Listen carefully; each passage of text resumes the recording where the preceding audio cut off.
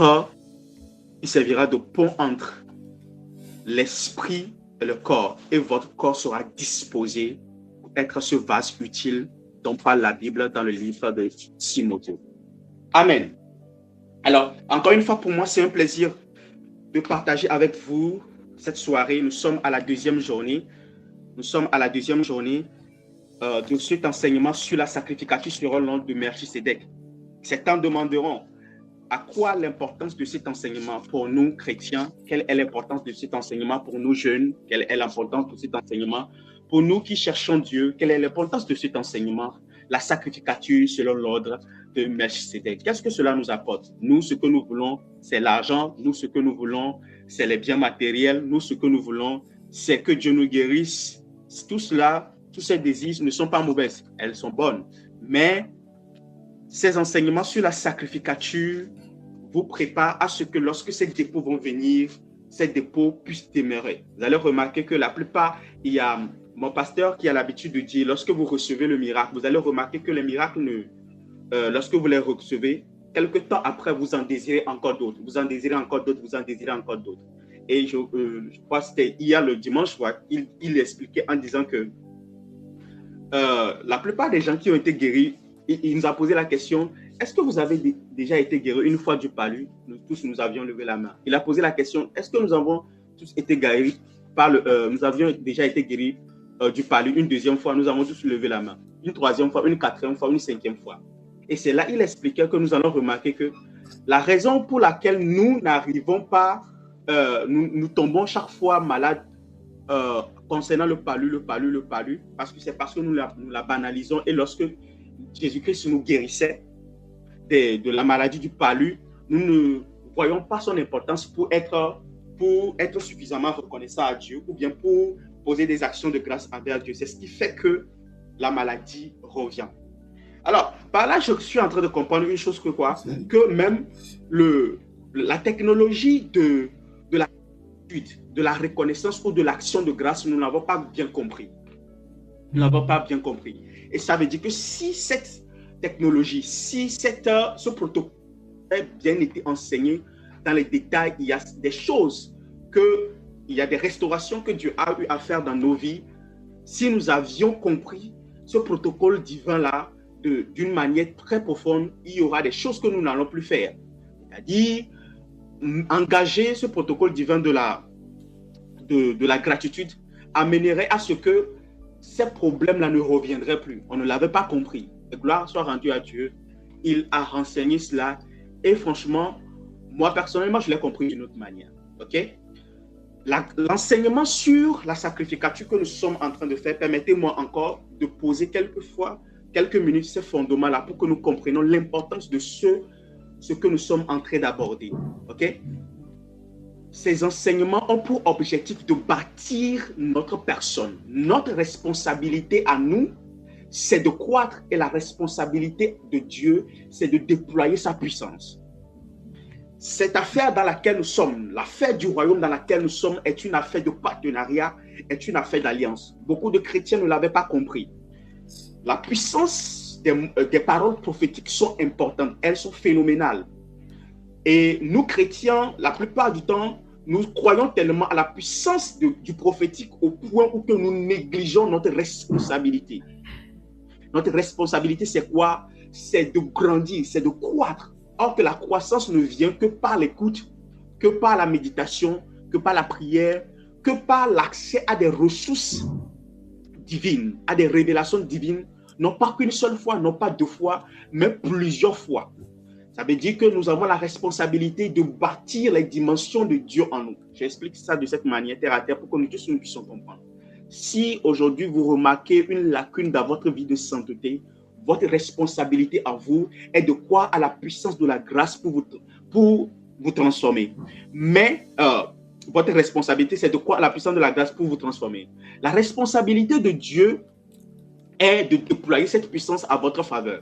Maintenant, pour que cette puissance soit déployée en votre faveur, il faut que vous puissiez avoir accès aux ressources qui parlent de la sainteté. Et quand vous vous engagez dans l'écoute ou bien dans l'étude de ces ressources-là, alors la dimension qui est appelée la dimension de la sainteté commencera par s'implémenter en vous. Et c'est comme ça que vous allez commencer par avoir du succès en ce qui concerne la sainteté. C'est de la même manière aussi que lorsqu'il s'agit de la richesse, de la tout, vous devez, nous tous chrétiens, devons avoir accès aux ressources qui parlent de la prospérité. Quels sont les principes de Dieu de la prospérité? Et aujourd'hui, quand on pose la question aux chrétiens, plusieurs ne le savent pas. Si on pose la question aux chrétiens aujourd'hui, comment prospère-t-on? Quelles sont les lois et les principes pour prospérer dans le royaume? La plupart diront la dîme, la plupart diront les offrandes et la plupart diront les sacrifices. C'est bien. Mais plusieurs oublieront d'autres lois et principes qui doivent être engagés. Parce que la loi de la prospérité est une loi à la fois, est une loi bipolaire, spirituelle et physique.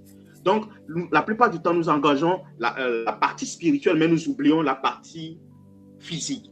Nous reviendrons sur ces principes et sur ces lois-là après cette saison, après cette série. Donc, ce que je vais dire par là, quand on parle de la sacrificature, c'est en fait le fondement de la vie spirituelle de tout chrétien. Beaucoup ne le savent pas, comme je l'avais expliqué hier dans les définitions. La définition que nous connaissons de la sacrificature, c'est celle des personnes qui sont réservées, qui sont mises à part pour travailler pour Dieu dans le sacerdoce. En fait, permettez-moi que j'évolue de cette manière. Lorsqu'on parle des hommes de Dieu ou des femmes de Dieu, en réalité, on ne parle pas du pasteur ou de... On ne parle pas du pasteur, on ne parle pas de l'apôtre, du prophète ou du docteur. Lorsqu'on parle des hommes de Dieu, on parle des femmes de Dieu. En réalité, on parle de vous et moi. Je ne sais pas si quelqu'un me suit dans ma logique. Lorsqu'on parle des hommes de Dieu, okay, lorsqu'on parle des femmes de Dieu, on parle en réalité de vous et moi. Qui est homme et qui est chrétien et qui suit Christ est homme de Dieu. Toute personne qui est chrétienne et qui est femme de Dieu. En réalité, quand on dit homme de Dieu, c'est-à-dire les personnes du sexe masculin qui appartiennent à Dieu. Et quand on dit femme de Dieu, les personnes de sexe féminin qui appartiennent à Dieu. Mais la notion de l'homme spirituel, nous l'avons compris autrement, ou bien nous n'avons pas essayé d'explorer toutes les autres dimensions de cette notion des hommes de Dieu. Vous comprenez un peu? Donc, si nous tous, nous nous considérons comme hommes de Dieu et femmes de Dieu, pas dans l'office du culte, pas dans l'office du sacerdoce, mais dans l'office de la vie pratique, vous allez remarquer qu'il y a des choses que nous allons pouvoir engager personnellement.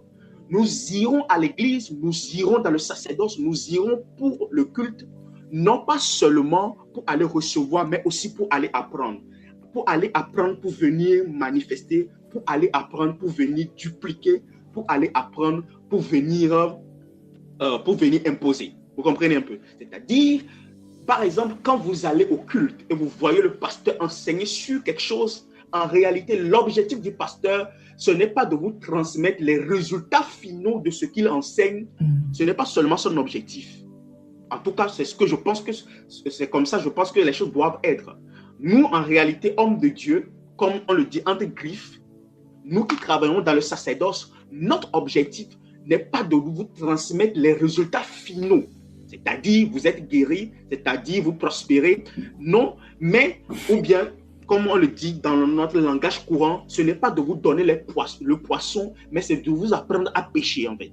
Donc, notre responsabilité à nous, c'est de vous transmettre le protocole, le secret, de vous transmettre le process par lequel on reçoit la guérison divine, par lequel on reçoit, on prospère dans le par lequel on marche dans la sainteté, par lequel on écoute Dieu.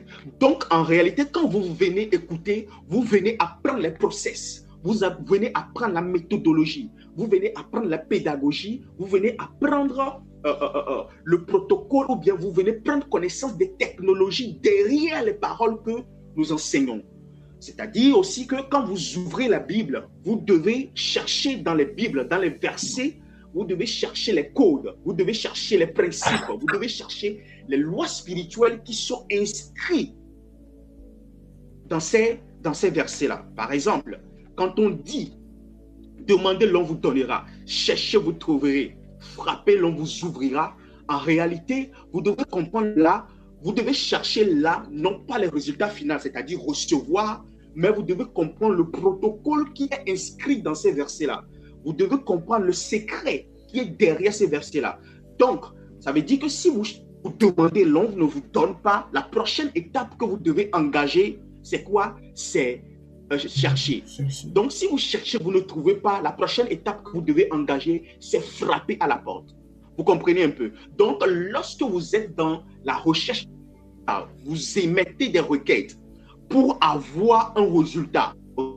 Et que, en demandant premièrement, vous ne recevez pas la réponse à votre requête, qu'est-ce que vous devez faire? Vous ne devez pas vous limiter seulement à demander. Donc, vous devez engager une prochaine dimension de cette même requête qui est de chercher. C'est-à-dire, qu'est-ce qui peut m'amener à recevoir la réponse que je cherche? J'ai demandé, mais il semble que la porte est fermée. Donc là, je dois commencer par chercher. Chercher quoi? Chercher le secret. Chercher le principe qui régit l'univers de cette requête-là. Par exemple, de la guérison divine, par exemple, de la sainteté, par exemple, de la restauration divine. Donc, vous devez chercher le principe qui régit l'univers de la restauration. Vous devez chercher le principe qui régit l'univers de la guérison divine. Vous devez chercher le principe qui régit l'univers de la prospérité. Donc, si vous cherchez et vous ne trouvez pas là, vous devez frapper à des portes. C'est-à-dire, il y a des personnes qui ont déjà eu accès à ces secrets et à ces codes-là. Là, maintenant, vous essayez d'avoir accès à des personnes qui ont déjà prospéré, bien qui prospèrent. Vous avez des questions sur la prospérité. Donc, quand vous avez maintenant accès à ces codes-là, à ces principes-là, maintenant, vous revenez et vous les réappliquez. Et vous reprenez le process. Demandez, cherchez, trouvez. Et là, maintenant, vous allez voir que l'exaucement sera différent. Donc, notre responsabilité à nous, c'est quoi? De croître au travers des ressources. L'enseignement sur la sacrificature, vous allez remarquer que l'ordre de Melchisédek est un ordre très différent. On parle le sacrificateur selon l'ordre de Melchisédek. La première fois que cela a été mentionné dans la Bible, on a parlé directement d'un roi, c'est-à-dire d'un roi qui joue le rôle aussi d'un prêtre. Vous voyez un peu. Donc, la sacrificature de l'ordre de Melchisédek est bipolaire ou bien bidimensionnelle. Il y a la sacrificature et il y a la royauté. Donc, quand on parle de royauté, on parle de domination, on parle de gouvernance, on parle d'autorité, on parle de régner dans les sphères de la société. OK? On parle de pouvoir régner dans les diverses sphères de la société, dans les 7 couches de la société ou bien les 7 montagnes de la société.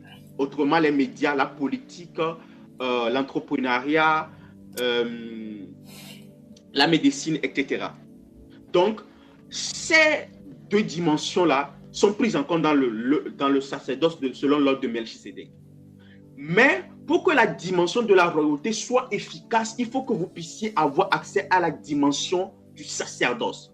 Parce que la dimension de la royauté vous permet de gouverner aux yeux des nations, mais la dimension du sacerdoce vous permet de gouverner dans l'esprit.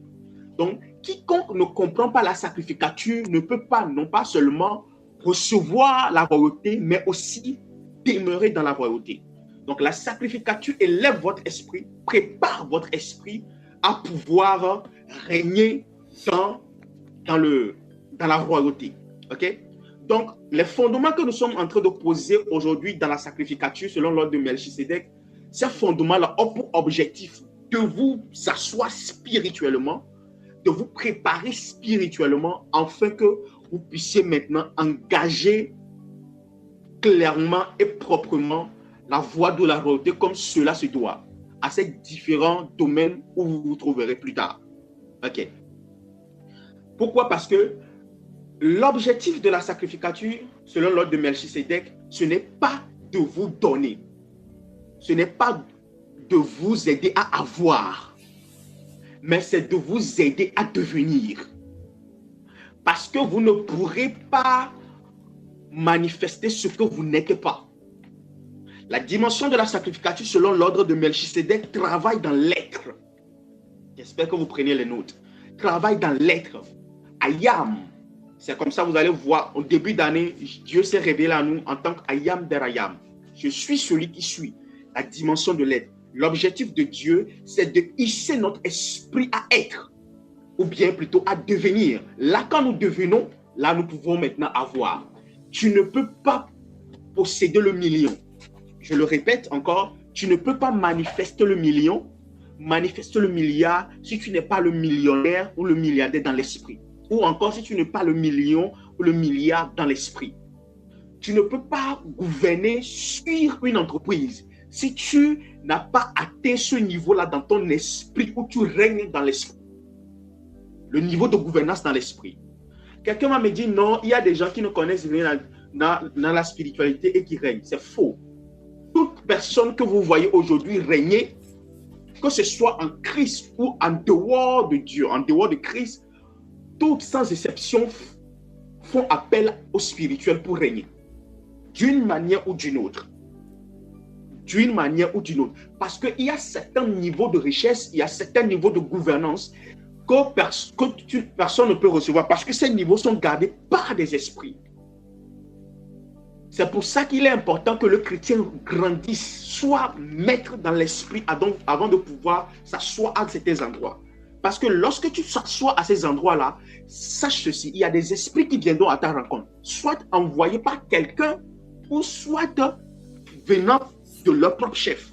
Parce que toute entité dans ce monde actuel, dans cet univers dans lequel nous sommes, lorsque vous vous élevez en dignité, notez très bien, nous n'avons pas à lutter contre la chair et le sang, mais contre des entités, les esprits mauvais dans les lieux célestes, des princes, des trônes et des dignités.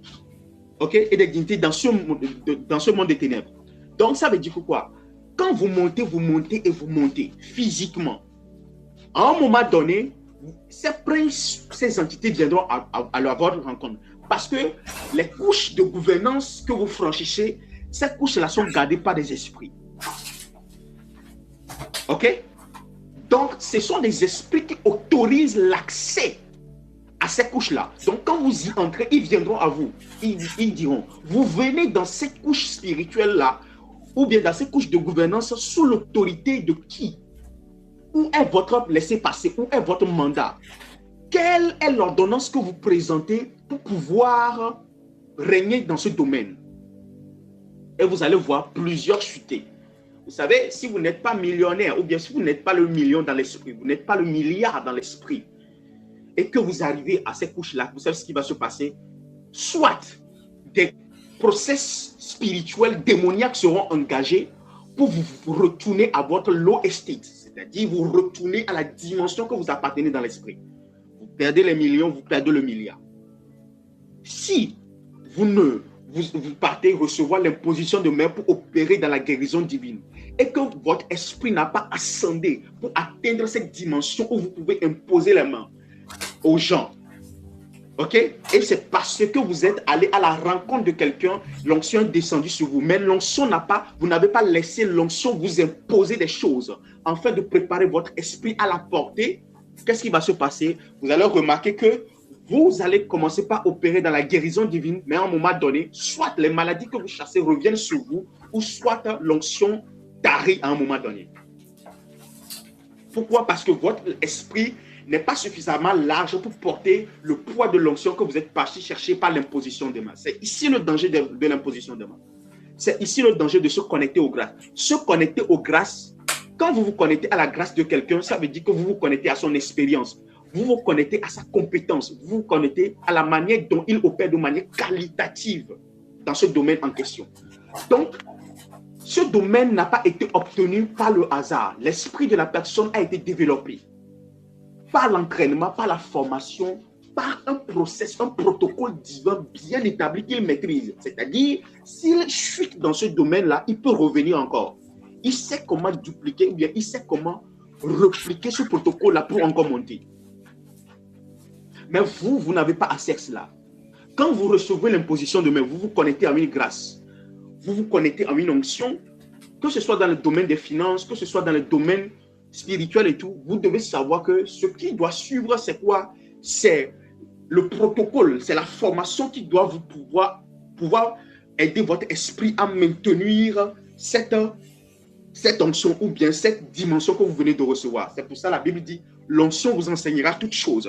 Donc, toute dimension d'onction que vous recevez viendra en même temps avec la notice pour pouvoir la porter. De la même manière dont les médicaments, pour pouvoir les voir, pour pouvoir les boire, il y a des notices qui sont inscrites dans ces médicaments-là. Quand vous allez payer à la pharmacie, vous allez toujours voir qu'il y a des notices, n'est-ce pas? Amen. Est-ce que quelqu'un me suit? Vous me recevez? J'aimerais savoir si vous me recevez.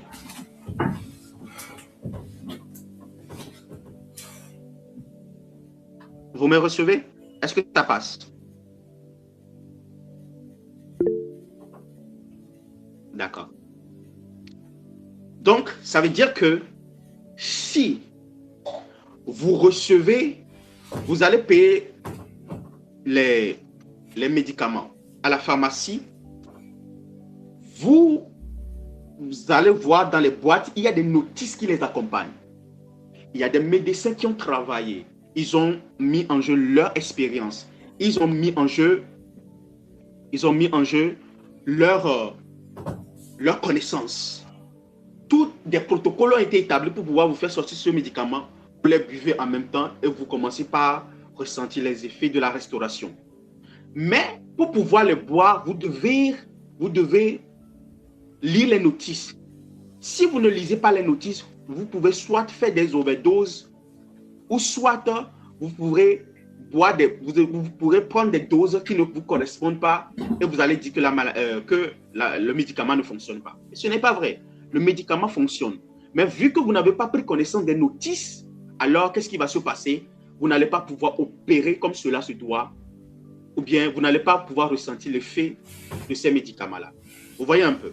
Donc, lorsque vous recevez une grâce, une impactation, une imposition, lorsque vous rentrez dans une alliance ou que vous vous connectez à une grâce, même pas sacrifice, vous devez savoir quoi.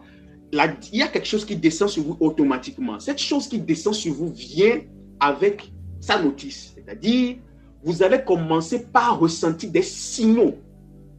Moi, je me rappelle, il y a un homme de Dieu que Dieu m'a dit de me connecter à lui. Ces jours-là, c'est tout l'argent que j'avais sur moi que j'ai pris. Tout. C'est tout ce que j'avais gagné le mois. Il m'a dit, prends tout et va donner. Et ce jour-là, je me rappelle, je n'avais plus rien pour subvenir à mes besoins.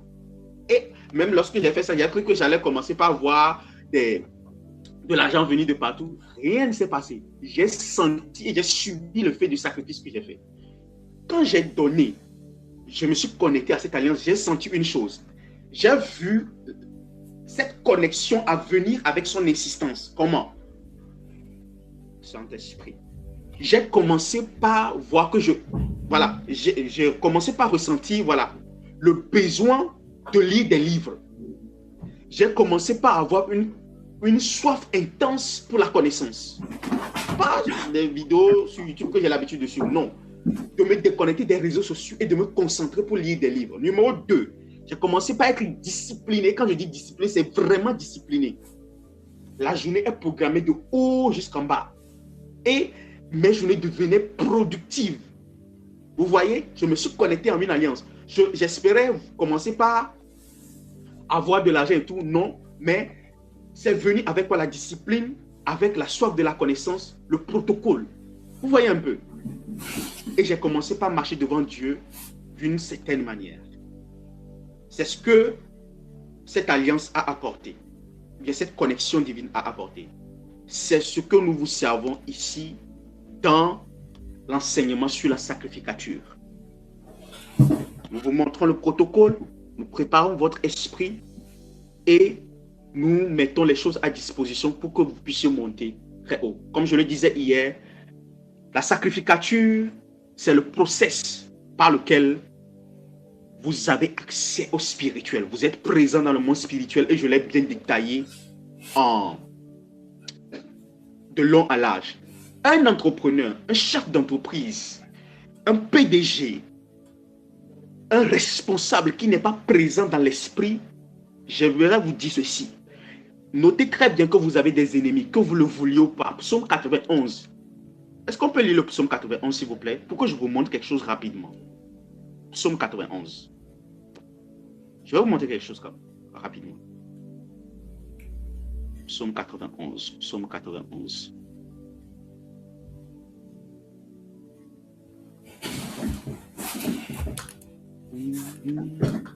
I can hear your voice. God comes to me.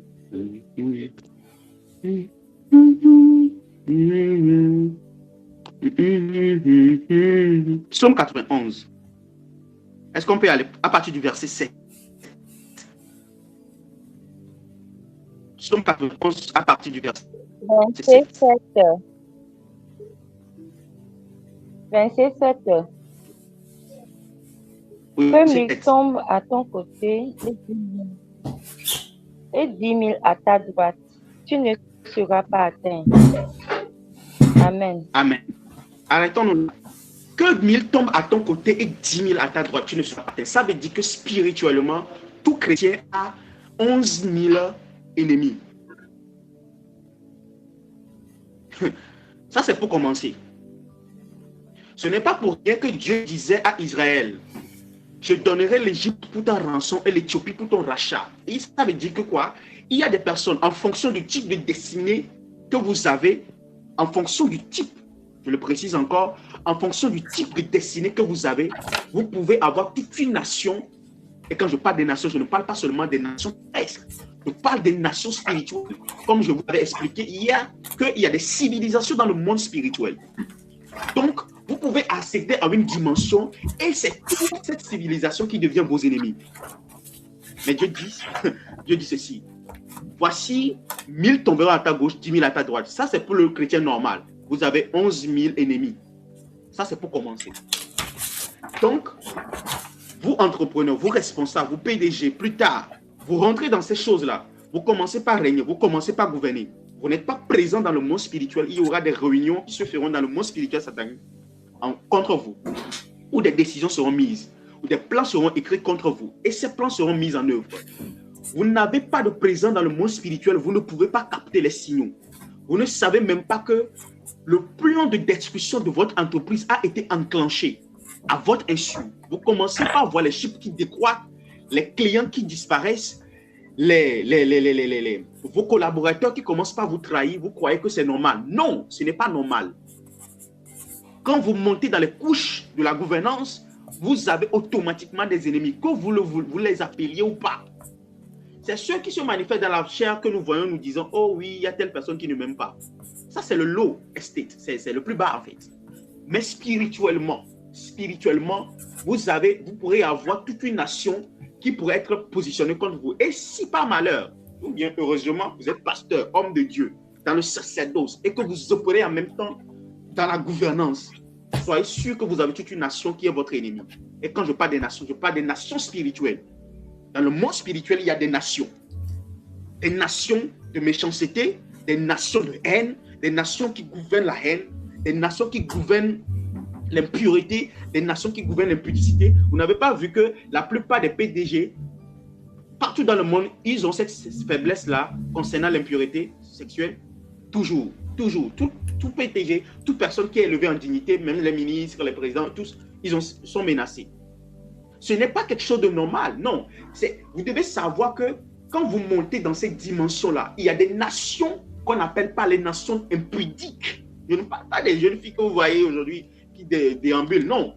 C'est des puissances spirituelles qui viennent à la rencontre de toute personne qui est élevée en dignité. Quand vous le voyez avoir plusieurs femmes, vous croyez que c'est normal? Ce n'est pas normal. C'est la loi qui est inscrite dans ces milieux-là qui leur sont imposées. Et vu qu'ils ne pèsent pas spirituellement, ils doivent, ces lois-là, ils y sont soumis. Nous vous élevons, nous vous enseignons la sacrificature pour que vous puissiez comprendre connaissance de ces réalités spirituelles. Et quand vous montez, vous commencez par voir ces signaux-là, vous engagez votre sacrificature pour pouvoir dominer. Vous allez voir tout homme. Je vous le dis, prenez par exemple l'affaire Epstein qui s'est passée en Amérique avec le milliardaire Epstein qui a une privée. Je crois que cette affaire a circulé. Pour ceux qui sont sur les réseaux sociaux, bien ceux qui font vraiment des recherches, vous allez prendre connaissance. Avec les milliardaires qui ont une île privée, qui passent les jeunes filles, bref, des tas de trucs bizarres qu'on ne peut pas dire. ou encore la dernière fois, la fête P. Diddy qui a eu lieu. Vous croyez que ces choses-là, c'est normal? Non. Il y a des nations qui viennent à la rencontre quand vous commencez pas à élever, quand vous commencez pas à briller. Quand vous vous élevez, il y a des entités qui viendront à votre rencontre. Quand vous dites tuer l'impudicité, tuer la chair, mourir en la chair, les gens pensent qu'on veut les empêcher de profiter de la vie. Mais non, votre ambition, vos désirs, le soupir que votre destinée est en train de pousser et les grandes choses que vous désirez, lorsque vous allez vous élever vers ces choses-là, il y aura de la compromission qui viendra. Il y aura de l'impureté qui viendra. Alors, quiconque commence par céder à l'impureté sexuelle cédera d'une manière ou d'une autre à la compromission de l'argent, à l'injustice. Et c'est comme ça, vous allez aussi rentrer dans ce cercle vicieux des enfants de Dieu qui sont élevés dans la dignité, mais qui ne sont pas utiles au royaume. Vous comprenez maintenant? Donc, ce que nous enseignons, ce que nous transmettons, ce que vous préparez. Parce que nous croyons à la prophétie et à l'agenda de Dieu pour nous, pour notre nation. Pas seulement ici au Togo, mais pour notre génération. Donc, Dieu nous a aussi, au-delà de cet agenda qu'il a donné, il a donné la provision. Cette provision consiste aussi en des ressources immatérielles, comme la connaissance qu'il nous a donnée, les révélations qu'il nous a données, pour vous préparer suffisamment afin de faire face à la grande destinée qui attend chacun d'entre vous. Amen. Est-ce que quelqu'un bénit ce soir? Amen. Quelqu'un est-il béni ce soir? Quelqu'un béni ce soir? Comme je l'ai dit, moi, je suis l'enseignant, je suis le mentor des rois. Toujours. Si il arrive que vous vous retrouvez un jour dans mon mentorat, c'est parce que vous êtes appelé à une grande destinée, d'une manière ou d'une autre. Amen. D'une manière ou d'une autre. Amen. Alors, j'expliquais hier en disant que Dieu a créé premièrement la sagesse, il a créé la parole et ils ont commencé par gouverner avec lui dans la lumière, parce que Dieu habite une lumière inaccessible des hommes. Il a commencé par inaugurer des œuvres de création en créant premièrement Sion, et je vous avais donné beaucoup de détails sur Sion hier, je ne reviendrai plus dessus. L'enseignement sera bientôt disponible sur YouTube. La première session sera disponible sur YouTube. Vous pouvez aller le suivre patiemment et calmement. Alors, donc, il a commencé par créer Sion. Il a créé Sion pour gouverner, où il a établi son quartier général pour gouverner avec lui. Au-delà de Sion, il a inauguré la création des civilisations. OK? Il y a d'abord les civilisations célestes. Lorsque vous prenez par exemple Genèse 1, au commencement, Dieu créa les cieux et la terre. Qu'est-ce que ça veut dire? Dieu créa d'abord, quand on dit cieux, les cieux représentent non seulement le ciel que nous voyons, ça c'est la première définition, mais les cieux représentent aussi tout ce qui est spirituel, tout ce qui est avant le matériel. OK? Donc on dit Dieu créa les cieux et la terre. Dieu créa les cieux et la terre. Donc Dieu a manifesté des œuvres spirituelles. Il a créé des civilisations, il a créé des royaumes, il a créé des royaumes célestes dans plusieurs dimensions. Par exemple, quand vous prenez le royaume de la mort, la mort n'est pas seulement une entité qui doit être vaincue. Il y a tout un royaume qui est appelé le royaume des morts. Il y a des technologies qui sont établies dans ces royaumes-là. Il y a des moyens de passation entre notre monde et leur monde. Il y a des moyens de transaction entre notre monde et leur monde. Il y a toute une ville, toute une civilisation du royaume des morts. Il y a des esprits qui sont en charge. Et ces esprits ne sont ni mauvais ni bons. Okay? Ce sont des esprits que Dieu a mis en charge pour pouvoir, lorsque quelqu'un doit passer de notre sphère pour entrer dans leur sphère, ces esprits sont en charge de pouvoir faire le passage là. Quand vous prenez par exemple les mythologies égyptiennes où on parle des dieux de la mort, etc., qui font passer les morts du royaume des vivants vers le royaume des morts. Vous voyez, les âmes du royaume des vivants vers le royaume des morts. Quiconque, lorsque vous allez commencer, ou bien lorsque quelqu'un va mourir, la personne n'a pas directement accès à l'autre monde. C'est pour ça qu'on parle des âmes errantes. Ça veut dire que lorsque eux ils sont morts, on n'a pas fait la passation. ok? Et les catholiques connaissent très bien ce culte-là, le culte de la passation des âmes du monde vivant vers le monde des morts. Il y a des technologies qui sont mises en jeu dans ce secteur-là. Vous comprenez un peu. Et quand je parle de technologies, pas des technologies spirituelles, bien sûr. Okay? Donc, il y a des esprits que Dieu a créés comme ça. Il y a même des esprits qui sont humains, mais qui ont cette charge-là. Vous allez voir, il y a certaines personnes, lorsqu'ils dorment la nuit, ils se couchent comme ça, ils vont en voyage, toujours en voyage. Ils iront aller entraîner des âmes et des âmes et des âmes. J'en ai rencontré 2 ou 3. En particulier, ceux que j'ai rencontrés, celles que j'ai rencontrées, ce sont des femmes. Moi, je les appelle des balises spirituelles. Ce ne sont des personnes ni mauvaises ni bonnes. Hein. Ce sont des personnes, mais qui ont aussi ce côté spirituel-là, qui joue ce rôle-là. Ce n'est pas non plus tout le monde qui travaille à la morgue. Quand vous allez à la morgue, quand vous voyez les personnes qui travaillent là-bas, ces personnes ont des prédispositions pour diriger et préparer les corps, pour les faire passer dans le monde des morts. Ils ont cet esprit-là.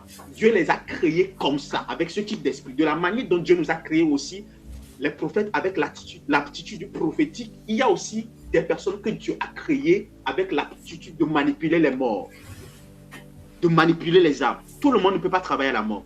Ce sont des personnes esprits que Dieu a prédisposées pour travailler dans ce secteur-là. Donc, il n'y a pas de problème pour ça. Okay, quand vous voyez ces personnes-là, sachez qu'ils ont des prédispositions. De la manière dont vous voyez, nous aussi, les prophètes, nous prophétisons, eux aussi, c'est l'aptitude que l'esprit leur a conférée. OK? Il y en a aussi, c'est comme ça, vous allez voir, il y en a qui sont des nécromanciens. C'est-à-dire, ils maîtrisent très bien la technologie. Ils maîtrisent tellement bien la technologie de passation des corps, bien de la manipulation des morts. OK? Parce que le monde des morts est un monde réel, est un monde vivant. Au-delà de ce monde, il y a le monde des eaux. Le monde des eaux est une réalité vivante. Il y a toute une civilisation sous les eaux. Ce n'est pas pour rien que nous n'avons pas pu explorer 10% de l'étendue des eaux du monde. OK? Il y a toute une civilisation dans les eaux. Que ce soit dans la mer, que ce soit dans les océans, que ce soit dans les fleuves. Il y a un monde dans les eaux. Et c'est Dieu qui a créé ça comme ça. OK? Bien qu'il soit corrompu plus tard, mais parce que Dieu est un créateur. OK? Donc, sa particularité, c'est d'inaugurer des œuvres de création. OK? Il y a le monde des eaux qui a été créé, tout un univers qui est présent dans les eaux. OK? Tout un univers qui est présent dans les eaux. Au-delà de ça, il y a aussi le monde. Au-delà de ça, il y a aussi le monde des deuxièmes cieux. OK? Le monde des cieux. OK? Il y a des dimensions dans les cieux où il y a des entités qui règnent à ces diverses dimensions-là. Il y a des entités qui sont en charge des galaxies, qui sont en charge des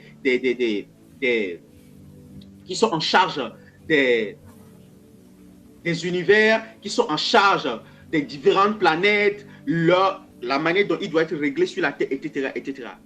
Nous juste ici le mouvement des planètes, mais nous ne savons pas réellement quels sont les esprits qui sont en train de manipuler les choses derrière. Vous voyez un peu? Amen. Vous me suivez un peu? Est-ce que ça passe? Vous me recevez?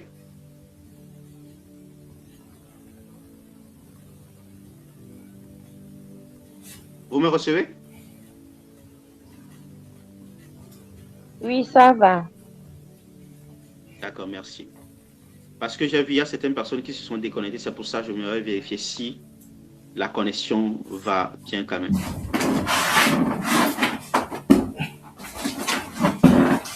Amen. On y va. Saint-Esprit, Saint-Esprit. OK? Donc, comme je le disais, lorsque par exemple vous prenez 1 Corinthiens 15, le verset 40, on parle des corps célestes et on parle des corps terrestres. Dieu est un créateur. Au-delà de ça, lorsque Dieu a créé les civilisations célestes, il a aussi créé des civilisations terrestres. D'accord? Il a créé les civilisations terrestres et dans les civilisations terrestres, il y a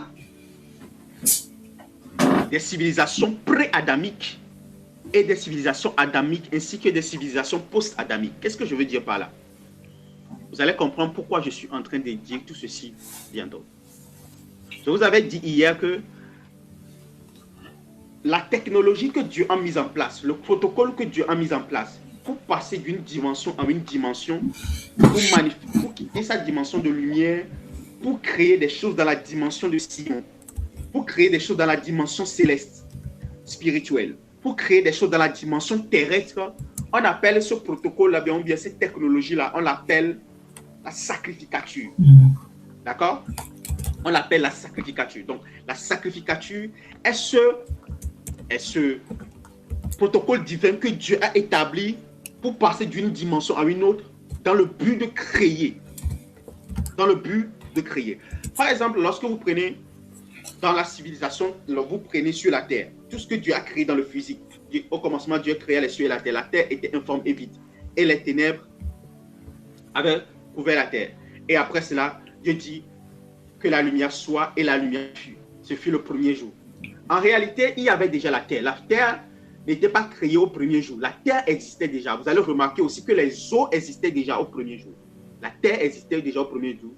Les eaux existaient avant le premier jour. Quand je dis le premier jour, avant, je parle de la démarcation de notre temps. Ça veut dire que quand la terre existait, cette terre n'était pas vide parce que Dieu ne crée pas le vide. Dieu ne peut pas créer quelque chose qui n'a pas ni forme ni beauté. Donc, quand Dieu avait créé la terre, il y avait certainement des choses sur la terre. Et quand même vous allez dans Ézéchiel 28, le verset 16, on peut les lire. Ézéchiel 28, le verset 16 et Jérémie 4, le verset 26. Vous allez remarquer là que Dieu était en train de s'adresser à Lucifer. Avant qu'il ne devienne Satan, la Bible disait dans ces versets qu'il trafiquait avec les nations. Mais si Lucifer, avant même de devenir Satan, trafiquait avec les nations, ça veut dire qu'il y a des nations qui étaient présentes, non seulement spirituellement, mais aussi sur terre. Parce que dans d'autres versions, on précisait qu'il trafiquait avec les nations de la terre. Mais comment cela se fait-il si le premier Adam n'a pas encore été créé? Quelles sont les nations qui existaient? C'est là que vous commencez par comprendre certaines preuves scientifiques qui parlent des hommes qui ont existé il y a des millions d'années, ou bien la datation à travers carbone 14 qui parle des hommes qui ont existé il y a plus de milliards d'années. Comment cela se fait-il?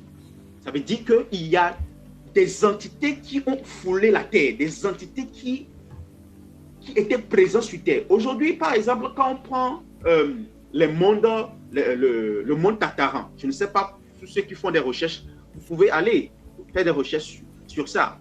Parce que notre objectif, ou bien nous, les chrétiens, notre objectif, ce n'est pas seulement de lire la Bible, mais c'est de pouvoir rechercher dans la Bible les preuves scientifiques qui y sont.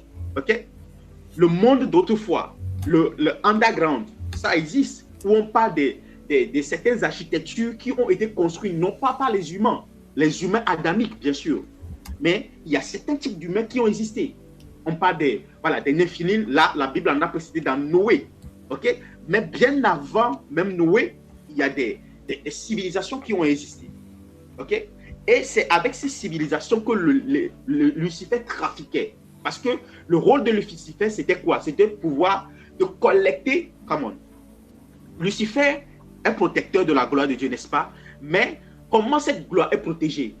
La gloire est protégée en la collectant. C'est un collecteur de gloire. De la manière dont il y a des collecteurs d'impôts et des collecteurs de taxes. Comme OTR, Lucifer était collecteur de la gloire de Dieu. Pourquoi disons-nous, par exemple, donner toute gloire à Dieu? Comment la gloire arrive à Dieu? La gloire que nous disons que nous devons donner à Dieu, comment cette gloire arrive à Dieu? Hein? Comment cette gloire arrive? Il y a un protocole que Dieu a établi pour que la gloire des hommes leur parvienne, la gloire des nations lui parvienne, la gloire des prédicateurs lui parvienne, la gloire des bébés même leur parvienne. Ce n'est pas pour rien, la Bible dit qu'il a posé, il a fondé sa gloire sur les lèvres des bébés ou bien des enfants qui sont encore à la mamelle. En fait, tout ce qui peut manifester une thème de beauté, même les fleurs, la faune, la flore, tout ce qui est créé par l'homme ou tout ce qui est généré, bien qui existe, qui produit la gloire, les étoiles dans les cieux et tout. Comment cela se fait? Tout cela qui produisent de la gloire, cette gloire, comment cette gloire arrive à Dieu? Il y a des entités que Dieu a mis, il y a un protocole divin que Dieu a mis pour pouvoir collecter la gloire et l'amener à Dieu. Il y a des esprits qui sont en charge de cela. Et Lucifer en faisait partie. Il était le chef de ces esprits-là. Mais qu'est-ce qu'il faisait? Ça, c'est entre parenthèses pour que vous compreniez l'importance de la sacrificature. Notez très bien. Lorsque vous prenez l'image que j'ai envoyée pour... Ça, c'est entre parenthèses, mais j'enseignerai ça encore plus tard. Mais j'aimerais introduire quelque chose pour que vous puissiez me comprendre. Lorsque vous prenez, par exemple, Lucifer, vous prenez Lucifer, la Bible parle dans Ézéchiel 28 qu'il était au milieu des pierres intercellentes. OK? Que la lutte et la harpe étaient à son service. Et quand on citait les pierres intercellentes là, on parlait de chrysolite, de topaz, de l'or, de l'émeraude, du diamant, etc., etc. Quand vous prenez la vie du souverain sacrificateur, il y avait aussi ces mêmes pierres qui étaient citées dans lesquelles était Lucifer. Ces mêmes pierres se retrouvent sur la vie du souverain sacrificateur. Ça veut dire quoi? Lucifer était sacrificateur. Même la Bible même en a précisé que Lucifer était sacrificateur du Très-Haut. Est-ce que vous savez ça? Donc, même la sacrificature joue le rôle de collecte de gloire. C'est-à-dire, quand nous engageons la sacrificature, ça c'est, je vais le dire de cette manière, mais vous comprendrez. Quand je parlerai de la sacrificature, la voie de l'ascension, je vous expliquerai tout là-bas. Il y a des personnes qui vont tellement monter en Dieu, qui vont tellement ascender à travers la sacrificature, qu'ils deviendront des collecteurs de gloire. C'est-à-dire, leur rôle, c'est de pouvoir se joindre aux chérubins pour collecter la gloire à Dieu. Et c'est ce que font les adorateurs. Les adorateurs, les chantres. Vous prenez des gens comme Nathanaël Bassé, vous prenez des gens comme Théophile Sondé, vous prenez des gens comme Dena Moana, toutes ces personnes-là, en tout cas, s'ils en sont conscients, même s'ils ne sont pas conscients, ils le font d'une manière ou d'une autre. Quand nous sommes dans l'adoration, vous croyez qu'ils font quoi? La gloire. Oh, come on. La gloire que libère le peuple. Cette gloire-là, ils collectent cette gloire-là et le transmettent à Dieu. C'est pour ça que vous allez voir tout adorateur, tout chantre adorateur qui travaille de manière juste devant Dieu. Vous allez voir que la plupart d'entre eux sont dans la simplicité, dans une très grande simplicité, malgré la gloire, la célébrité et la reconnaissance mondiale auquel ils font face. Vous allez toujours les voir, ils sont toujours, comment je dis, ils sont toujours dans une très grande simplicité. Donc ça veut dire que vous ascendez, la voie, la sacrificature, c'est aussi la voie de la collecte des gloires pour l'amener à Dieu. Là, beaucoup d'adorateurs n'ont pas compris ça. Même nos chantres à l'église ne comprennent pas ça. Ils jouent ce rôle-là. Ils amènent la gloire de Dieu à l'homme, ils amènent la gloire de l'homme à Dieu. C'est le rôle que jouait Lucifer. C'est pourquoi le diable déteste les adorateurs. Il est hait d'une passion, il est hait d'une passion, d'une pure passion, d'une passion de feu, d'une passion incroyable, parce qu'ils sont en train de jouer, ou bien ils sont en train de prendre sa place, ou bien de jouer le rôle qu'ils jouaient avant. Vous voyez un peu? Beaucoup d'adorateurs ne sont pas dans cette dimension. Ça, je peux vous l'assurer. Il y a très peu, quand je dis très peu, c'est 1, 2, 3, on peut les compter au bout des doigts, qui arrivent à faire ce que je suis en train de parler, ce dont je suis en train de parler aujourd'hui. Amen. Est-ce que quelqu'un me suit? Ok? Donc, Lucifer collectait les gloires. Qu'est-ce qu'il faisait? Quand il collectait les gloires, à un moment donné, il se disait qu'il va garder une partie de la gloire pour lui. Par le trafic. Il a commencé par trafiquer. Ce qui devait revenir à Dieu, il le prenait pour lui. C'est pour ça qu'il se disait, je vais accéder à Sion. Je vais monter sur la montagne du Très-Haut. Je vais siéger et régner parmi les rois. Amen. Donc, quand vous comprenez la sacrificature, Dieu ne peut pas accomplir une œuvre dans votre vie et vous allez rester sans voix. Vous allez rester sans dire merci. Parce que quand vous dites, vous restez sans voix, sans dire merci, ça veut dire que vous trafiquez la gloire qui revient à Dieu. Vous comprenez maintenant? Vous savez, les enseignants, les pasteurs ont leur manière d'enseigner. Les apôtres ont leur manière d'enseigner. Les prophètes aussi ont leur manière d'enseigner. Et puis, il y a ceux qui détiennent des mystères qui ont aussi leur manière d'enseigner. Dieu nous a accordé la grâce à nous. Ce n'est pas la première fois que j'enseigne comme ça. Depuis très longtemps. de pouvoir transmettre une autre dimension, bien une autre version de ce qui est enseigné de manière très simple pour tout le monde. Quelqu'un vous dira jeûne, mais quand moi je vais vous dire jeûne, je vous l'enseignerai d'une autre manière. Quelqu'un peut venir pour vous lister tous les bienfaits du jeûne. Moi, je peux commencer par vous parler de toutes les transactions qui ont lieu quand vous jeûnez. Vous comprenez maintenant? Ça, c'est le poids de la sacrificature. Quelqu'un d'autre peut prendre les histoires de la sacrificature et l'enseigner d'une autre manière. Vous allez là aussi la comprendre très bien. Et ce qu'il dira sera vrai. Mais ici, je suis en train de vous, non seulement vous enseigner, mais aussi je suis en train de vous apporter des mystères. Vous comprenez un peu? Est-ce que vous me suivez? Ça passe? Est-ce que ça va? Est-ce que quelqu'un est bien nourri chez soi? Ça va. Vous m'écoutez? Amen. Est-ce que vous êtes béni? Cet enseignement vous bénit? Ou on s'arrête?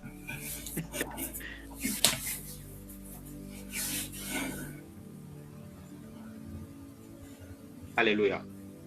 Amen. Amen. Donc, c'est ça la voie de la sacrificature.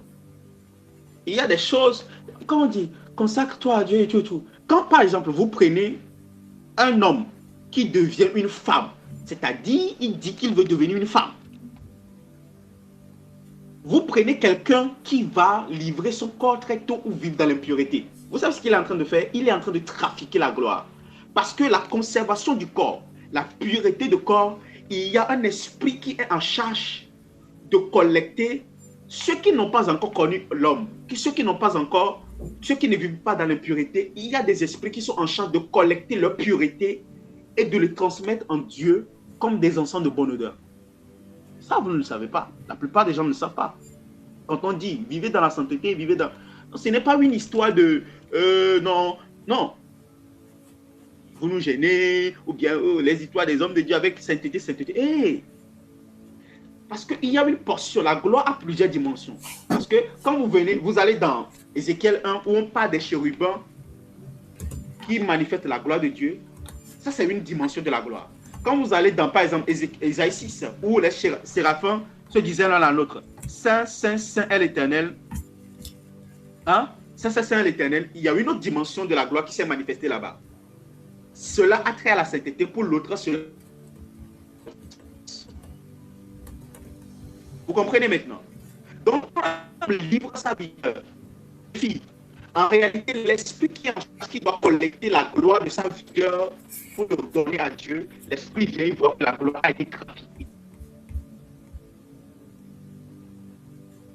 Vous voyez, la gloire a été trafiquée. Un homme qui veut devenir femme, la gloire est trafiquée. C'est pour ça que vous allez voir, quand la gloire qui doit revenir à Dieu suit ou bien décroît, plus le jugement viendra sur cette nation-là. Ah, Saint-Esprit. Donc, quand le diable attaque le caractère des hommes, attaque comment je vais dire ça, attaque les valeurs, vous voyez ce qu'il fait? Il trafique la gloire qui doit venir à Dieu, à lui, au travers de l'immoralité, de l'indécence. Et plus une nation sombre dans l'indécence, dans l'immoralité, dans la décadence des caractères, des mœurs, plus cette nation va commencer par vivre des calamités dans son économie, dans sa politique, etc., etc., etc. Regardez les États-Unis aussi. Et regardez, malgré qu'ils soient la première puissance militaire au monde, mais regardez la décadence morale dans laquelle ils sont. Regardez le nombre de suicides, des cas de meurtre, d'assassinat.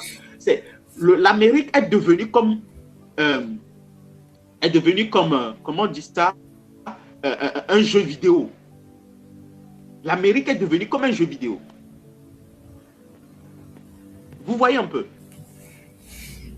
Ça veut dire que l'accès, le quota de la gloire que Dieu doit retrouver, bien la portion de la gloire qui doit revenir à Dieu sur cette nation n'y est plus. Et elle a farouchement décru. Et quel est le rôle de l'Église, de la sacrificature? Je parle de la sacrificature comme culte. Quel est le rôle de l'Église?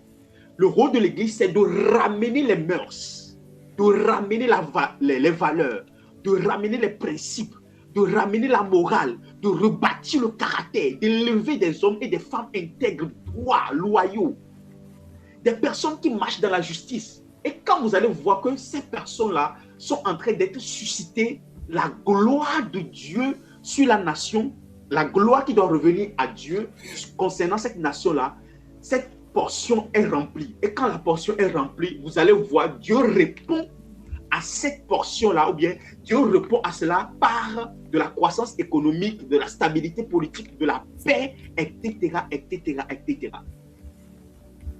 Donc, étant donné que Lucifer trafiquait les gloires, il n'était pas capable d'exaucer, parce que c'est Dieu seul qui exauçait, il trafiquait les gloires. Donc, ces nations n'avaient plus accès à l'exaucement qui devait venir de Dieu pour eux. Donc, ces nations ont fini par être corrompues et ils ont vécu le carnage qui s'est produit dans Genèse 1, le tohu-bohu. La gloire a été tellement trafiquée que l'ancien monde pré-adamique a été complètement ravagé. C'est la même chose qui s'est produite au temps de Noé. La décadence des mœurs. Voyez un peu. Donc, un chrétien qui refuse de vivre dans la pureté, dans la loyauté, dans l'intégrité, dans la droiture. Vous savez ce que ce chrétien est en train de faire? Ce chrétien est en train de trafiquer la gloire. La gloire qui doit revenir à Dieu, il le donne à Satan. Ce chrétien, Dieu l'aime, mais Dieu ne peut pas lui faire confiance parce qu'il n'est pas capable de lui rendre le quota de gloire de sa personne. Dieu peut vous aimer, mais peut ne pas vous faire confiance. Et quand nous enseignons la sacrificature, nous vous amenons dans cette dimension où Dieu vous fait confiance et vous confie des mandats, des destinées, son agenda, et vous mettre des vies à votre disposition. C'est pour ça que lorsque je vois les gens qui ont cet amour, bien cette réticence, comment dire ça, cette flexibilité ou bien par rapport à l'argent, cette intolérance par rapport aux bonnes mœurs, etc. Je me dis, ces personnes ne vont pas le faire leur feu. Et c'est vrai, ils ne font pas leur feu. Toute personne sur qui l'onction descend et commence à être orgueilleux, ça veut dire que la personne n'a rien compris. Toute personne à qui on fait des promesses extraordinaires, pas des prophéties et tout, et cette personne commence pas à vivre n'importe comment, ça veut dire que cette personne ne connaît rien à la sacrificature. Et je peux vous dire la vérité, la sacrificature est manifestée dans les églises, mais personne n'enseigne. Très peu, et quand je dis très peu, je sais de quoi je parle, très peu de personnes enseignent la sacrificature. Numéro 1, soit parce qu'ils ne savent pas ce que cela veut dire, ne comprennent pas les profondeurs. Numéro 2, soit la grâce ne leur a pas été accordée. Numéro 3, soit parce qu'ils veulent conserver certaines choses pour eux.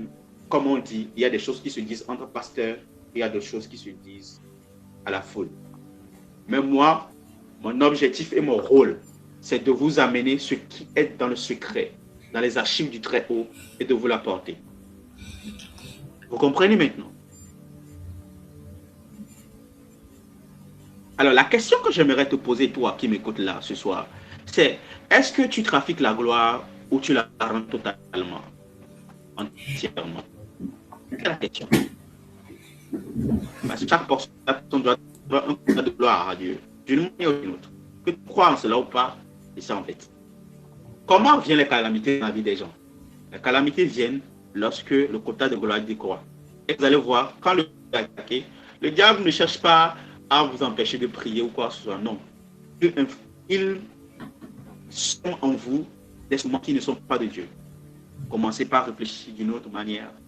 Commencez par faire des choses. La colère par ici, etc. Vous pouvez prier 8 heures de temps, mais il va s'assurer que quand vous finissez les 8 heures de temps, que vous tombez en colère. Vous pouvez finir 3 jours de jeûne, 40 jours de jeûne, 50 jours de jeûne, 3 jours de jeûne. Mais ce qu'il veut, il veut veiller à ce que quand vous finissez ce jeûne-là, vous puissiez vraiment retourner à votre colère.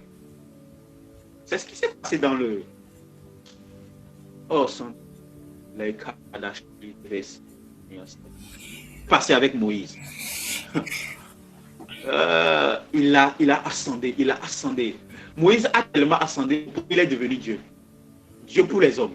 Tout homme qui voit Moïse ne voyait pas un homme, vous voyez Dieu. Mais Satan fait une chose.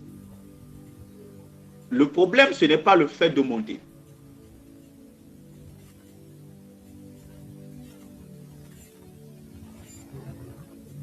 Pour ça, il a veillé à conserver. Oh, come on. Là, vous pouvez comprendre pourquoi il est venu réclamer le corps de Moïse. Et c'était légitime. Donc, il a veillé à conserver en Moïse une semence de colère. Une petite semence de colère. Et là, au lieu de parler au rocher, il a frappé le rocher. Et quand il a frappé le rocher, il a dit, n'est-ce pas nous qui vous faisons jaillir l'eau du rocher? Et qu'est-ce qu'il a dit? Ya! Depuis que tu as commencé par opérer, aucune portion de gloire ne m'est revenue. Mais là, maintenant, la portion de gloire, une partie me vient. Et là, il peut se positionner et venir réclamer le corps de Moïse. Il est à moi. Vous comprenez maintenant? Quand vous prenez par exemple l'église, l'église est un portail. Hein. Toute église dans le monde entier est un portail. Toute église qui est posée, je parle église, les 4 murs là que vous voyez, est un portail. Ce n'est pas un lieu où vous venez vous asseoir pour vous battre. Non, c'est un portail. Soit démoniaque ou soit divin. Donc, tout dépend de la dimension à laquelle l'église en question a accès. Vous voyez un peu? Donc, l'église trafique les gloires. L'église est un lieu de transaction, est une plateforme de commerce où les gloires sont venues déposer, les gloires sont échangées comme des exaucements, où beaucoup de choses se passent. C'est pour ça qu'il est important de savoir quelle église tu fréquentes. C'est très, très, très capital. Parce que tu peux venir avec une grande destinée et repartir vide. Vide.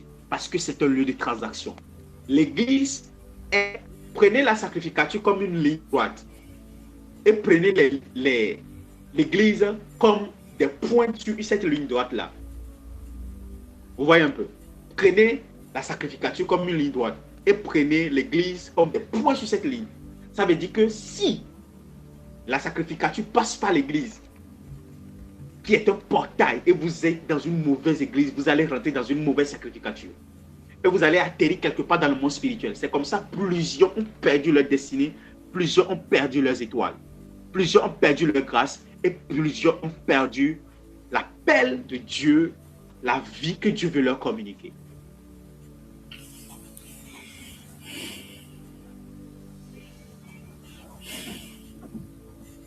Est-ce que quelqu'un apprend ce soir? Est-ce que quelqu'un apprend? Amen. Donnez-moi un bon amen dans les commentaires, je veux voir d'abord, avant de continuer. Amen.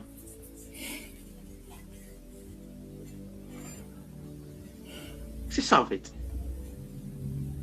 Oh, vous allez voir des églises qui sont spécialisées dans la destruction des autels, d'autres sont spécialisées dans la guérison divine, d'autres sont spécialisées dans la richesse, dans la prospérité.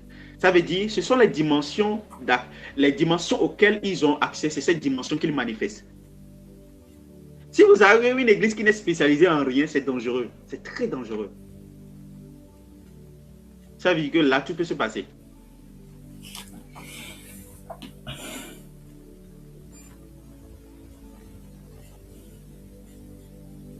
Esprit de Dieu règne. Ah. Saint-Esprit. Maintenant, il y a la civilisation adamique, il y a la civilisation, l'homme, Adam, comme vous le connaissez dans la Bible, jusqu'à notre ère actuelle, etc., etc. Je ne vais pas parler de ça là, mais j'aimerais que vous compreniez quelque chose. Vous voyez tout ce que je viens de citer là. Le moyen de transaction entre ces différents mondes-là, la passation d'un monde à un autre.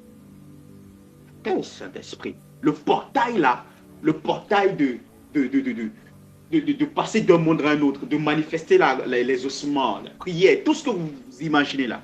ça se passe à travers la sacrificature. Ça veut dire que si la sacrificature, si vous ne comprenez même pas la sacrificature, vous ne pourrez pas être efficace. Vous allez voir, je vais vous donner l'histoire de quelques hommes de Dieu qui sont en train de monter. Vous prenez quelqu'un comme Michael Oropo, vous prenez quelqu'un comme, je parle du monde anglophone, hein, parce que le monde francophone, on enseigne la sacrificature, mais c'est dans une autre optique. Vous prenez par exemple Aaron Osaï, vous prenez ce gars-là avec toutes les personnes qu'il a formées.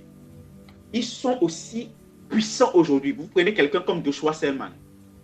Ils arrivent à faire ce qu'ils font. C'est parce qu'ils ont compris la sacrificature. D'une manière ou d'une autre.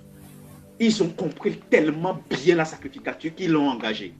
Quiconque comprend la sacrificature, en fait, la sacrificature même, c'est ce qui fait le poids d'un chrétien.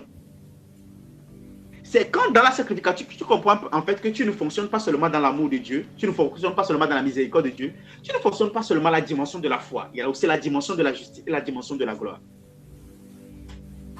Et c'est des choses qu'on va aborder. C'est là que tu comprends que tu peux ascender. Tu pars d'étape en étape. Le rôle du chrétien ou bien la vie du chrétien, ce n'est pas de venir à l'église le dimanche, adorer, prier, et puis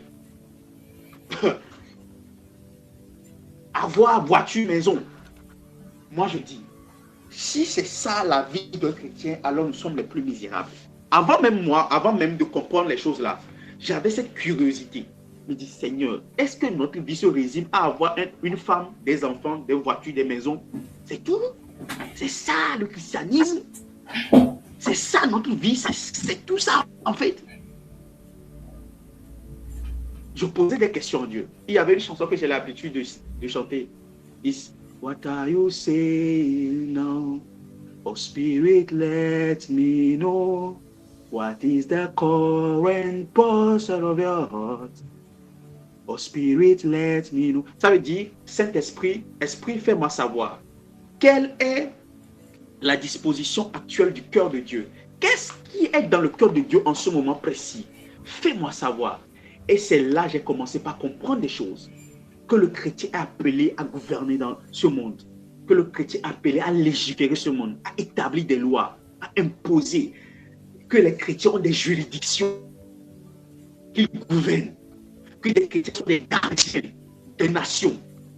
Pas seulement des familles, mais des nations. Ils peuvent empêcher dans une nation les choses de son nation. Je vous parlerai de tout ça.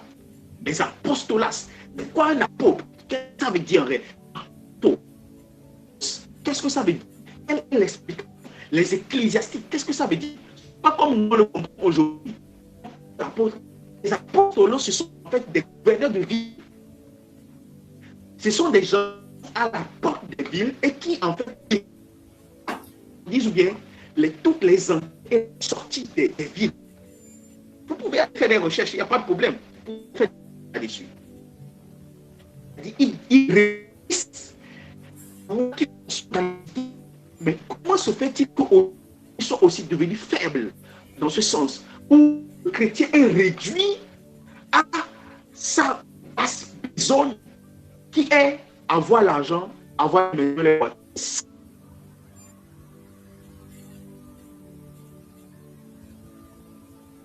Ne pas penser que ce quartier nous appartient, cette ville nous appartient. On n'a aucune ambition spirituelle. On n'a aucune ambition.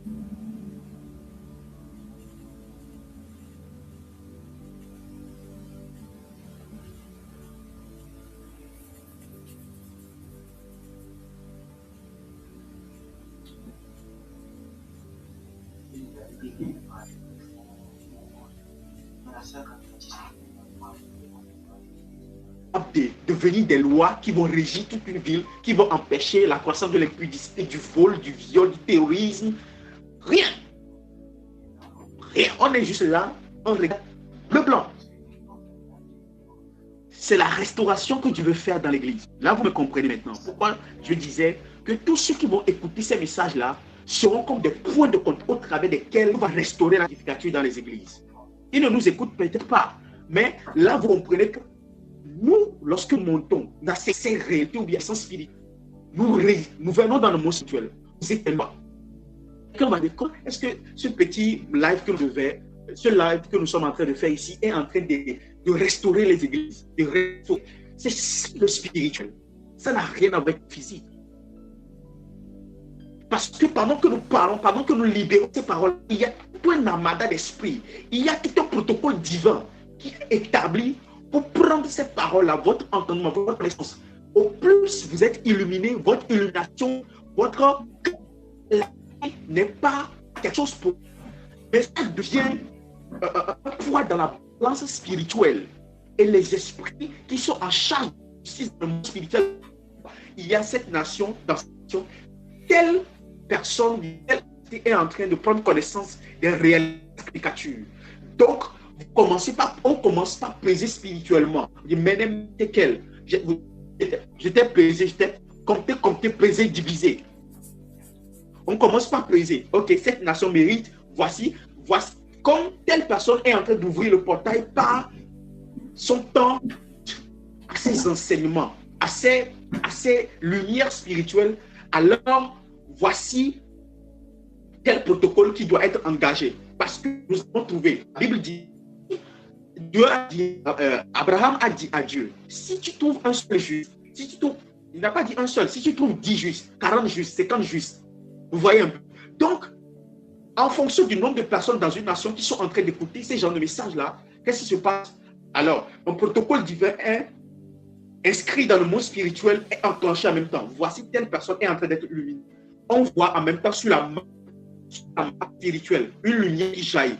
Cette personne est en train de la sacrifier. En train de monter.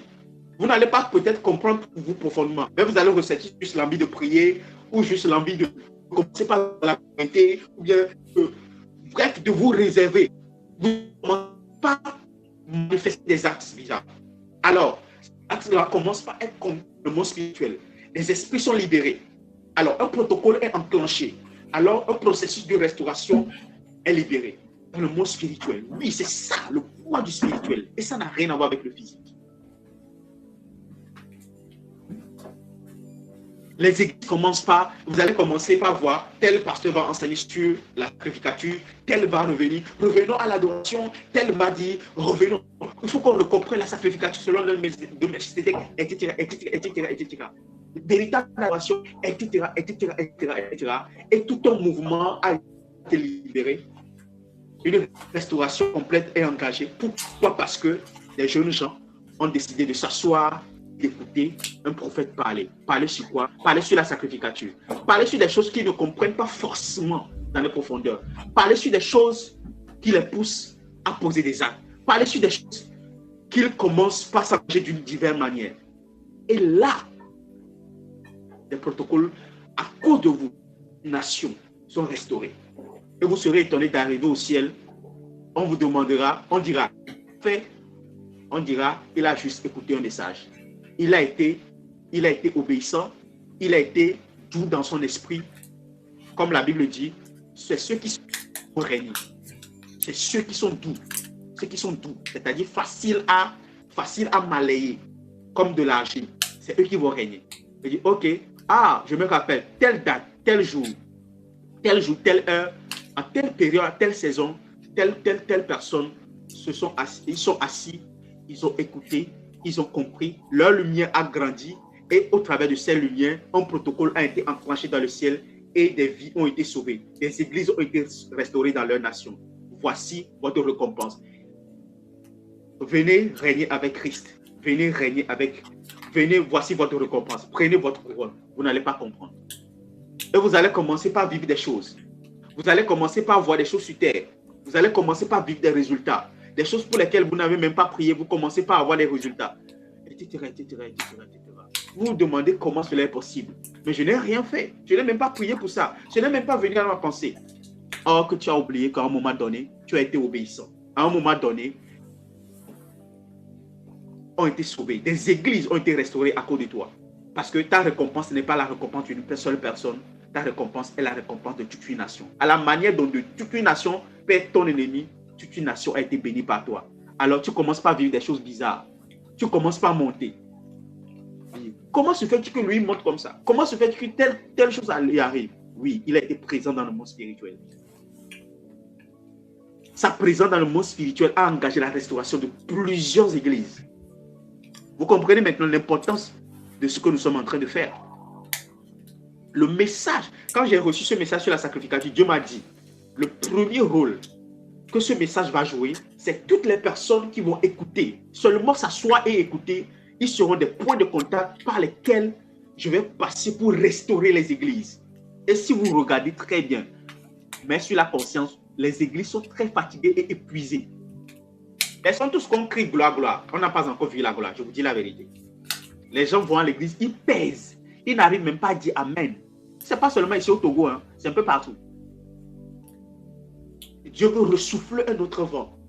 Mais quelle est la technologie spirituelle qu'il doit engager? Il faut que des jeunes s'assoient pour parler de la sacrificature. C'est comme ça dans Ésaïe 6, c'est parce que c'est pendant que les séraphins se disaient l'un à l'autre, Saint, Saint, Saint est l'Éternel, que la gloire de Dieu est descendue. C'est pendant que nous serons en train de parler de la sacrificature que la restauration viendra. Souvenez-vous très bien, c'est quand on parle d'une chose que cette chose se manifeste. Lorsque Néhémie a pris le livre, il a vu que l'église, les murailles de Jérusalem devaient être relevés. Ils ont commencé par discuter. Alors les plans sont venus et la restauration a été engagée. Lorsque Daniel a pris connaissance de la sortie de la captivité d'Israël, de Babylone, il ne s'est pas engagé la prière. Seigneur, fais quelque chose. Il a commencé par discuter et les esprits sont venus en sa rencontre. Qui peut croire qu'au travers d'un simple jeûne de 21 jours, toute une nation peut être délivrée? Alors, qui peut aussi croire qu'au travers de 10 jours d'enseignement, de jeûne accompagné, enseignant sur la sacrificature, des églises peuvent être restaurées? Ça, c'est ce qu'on appelle les technologies spirituelles. Ça n'a rien à voir avec les technologies physiques, comme les raisonnements physiques. Et c'est comme ça, vous verrez, par exemple, la technologie de la croix a détruit et a déjoué le plan du diable. Qui peut croire qu'au travers de la faiblesse d'un homme Dieu, les gens peuvent être sauvés? C'est pour ça qu'il y a cette chanson que je chante aujourd'hui beaucoup. Cette semaine, la semaine passée jusqu'à cette semaine, permettez-moi de me rappeler cette chanson. Qui pense que la chanson dit Wonderful, merciful Savior, precious Redeemer and Friend. Qui pense que l'autre partie de la chanson dit qui pense que c'est que un anneau peut sauver l'âme des hommes. Qui aurait pu penser? Les technologies spirituelles n'ont rien à voir avec les technologies physiques. Amen. Amen. Quelqu'un est béni ce soir?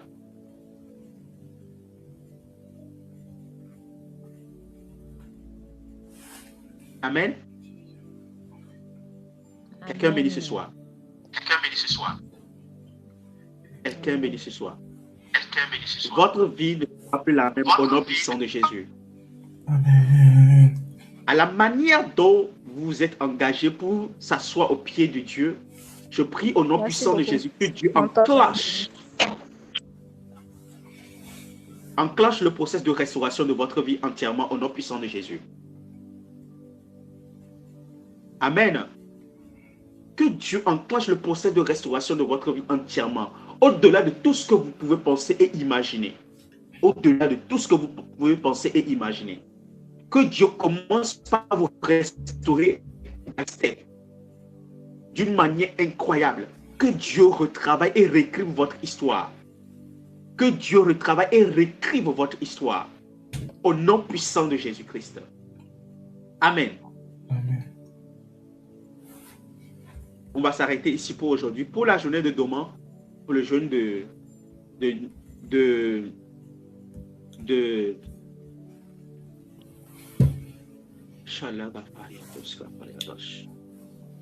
minuit à midi. De minuit à midi, pour le jeûne de minuit à midi, faites l'effort de prier au minimum 1 heure dans cet intervalle-là. Ces enseignements que vous écoutez, reprenez-les. Les notes que vous avez faites, vous avez prises, reprenez-les et priez, priez, priez. Dites Seigneur, peu importe ce que tu veux faire dans ma génération, ne le fais pas sans moi. Ah, j'ai des témoignages à vous donner, des tas de choses à vous dire.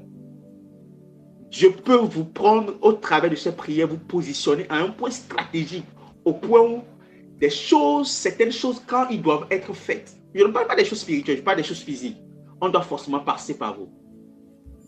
Je prie que Dieu t'accorde cette grâce-là au nom puissant de Jésus. Un point de requête, Seigneur, je ne sais pas ce que tu veux faire dans ma génération, mais Seigneur, peu importe ce que tu veux faire, ne le fais pas sans moi. Ne le fais pas sans moi. S'il te plaît, inscris-moi dans ton agenda. Je prends connaissance de la sacrificature. Seigneur, inscris-moi quelque part dans ton agenda. Mets-moi dans un sous-titre quelque part. Et fais de moi quelque chose d'exceptionnel. Ne laisse pas que ma vie soit banale. Ne laisse pas que ma vie soit simple et bizarre. Ne laisse pas ma vie dans la médiocrité. Pousse-moi, Saint-Esprit, à être utile à ton agenda à cet temps de la fin. Que ce soit financièrement, que ce soit prophétiquement, que ce soit ministériellement, que ce soit... Mais Seigneur, trouve un moyen de m'inscrire dans ton agenda. S'il te plaît, fais cette prière sérieusement. J'ai fait cette prière toute l'année 2025. Il y a des tas de choses que je peux vous dire là-dessus. Mais pour l'instant, que ça reste comme ça. Que Dieu vous bénisse énormément. Que la paix de Dieu soit avec vous. La grâce de Dieu vous accompagne. Au nom puissant de Jésus. Est-ce que quelqu'un a une question? Quelqu'un a une question? Une question, je prends les questions 2 minutes.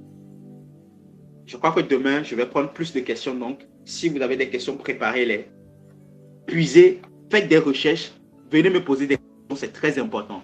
Ça va accroître votre connaissance. Amen. Il y a une question en particulier? Oui, non? Pas de question? Ok, que Dieu vous bénisse. Passez une excellente soirée. On se voit demain. Soyez à l'heure. S'il vous plaît, ne venez pas après 20 h. Quand vous voulez vous connecter, connectez-vous 2, 3 minutes, 5 minutes avant 20 h pour que nous puissions réellement évoluer comme cela se doit. Amen. Parce que si vous venez tard, nous allons terminer tard et ce n'est pas bien. Venez à l'heure, avant l'heure et nous allons vite terminer. Que Dieu vous bénisse énormément. Excellente soirée à tous. Je vous aime dans la paix du Seigneur, dans l'amour de Dieu. Bye bye. Shalom.